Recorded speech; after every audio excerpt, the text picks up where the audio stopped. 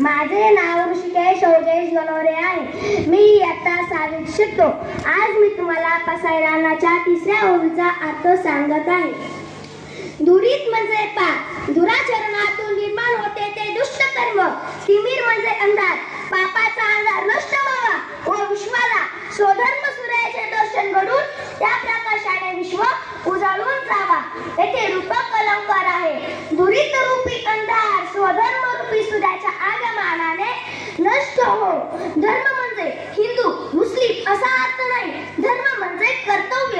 प्रत्येक वर्णाश्रमानुसार आपल्या वाटेला आलेले का अहंकार व फलाशा सोडून करणे हा त्याचा स्वधर्म.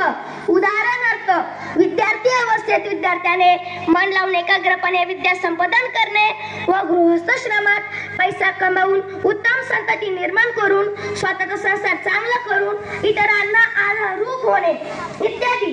ब्राह्मणांनी दानदानाचे काम मनापासून करणे व क्षत्रियांनी सर्वांचे व देशाचे रक्षण प्राणपणाला लावून करणे ही स्वधर्माची उदाहरणे देता येतील. प्रत्येकाने आपले कर्तव्य निष्ठेने व ईश्वरार्पण बुद्धीने केले तर साऱ्या विश्वातील पापांचे वातावरण नष्ट होईल व साऱ्या विश्वाला तणावमुक्त जीवनाचा लाभ होईल. वांछील म्हणजे इच्छा करील, लाहो म्हणजे प्राप्त करो, ज्याला जे हवे ते त्याला मिळो. ही मागणी केवळ माणसापुरताच मर्यादित नाही तर सर्व प्राणी मात्रांचा समावेश करणारी आहे.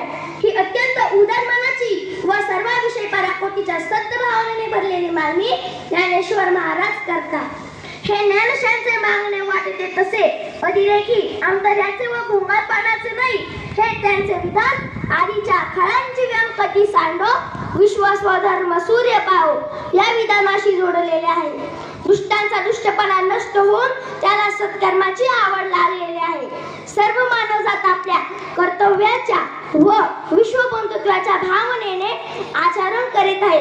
अशी परिस्थिती आधीच्या जोजे वांछीलच्या आधी गृहीत धरलेली आहे. अशा परिस्थितीत कोणाची इच्छा अन्याय किंवा स्वार्थी लोभीपणाची असणार नाही.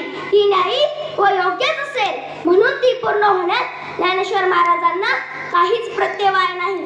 फलाशा सोडावी म्हणजे माणसांनी घरदार सोडून संन्यासी व्हावे अशी ज्ञानेशांची अपेक्षा नाही. मानव जीवन अधिक समृद्ध, क्लेशरहित व सुख संपन्न व्हावे हेच त्याचे उद्दिष्ट. स्वार्थ निर्मळ असावा, लुबाडणारा नसावा.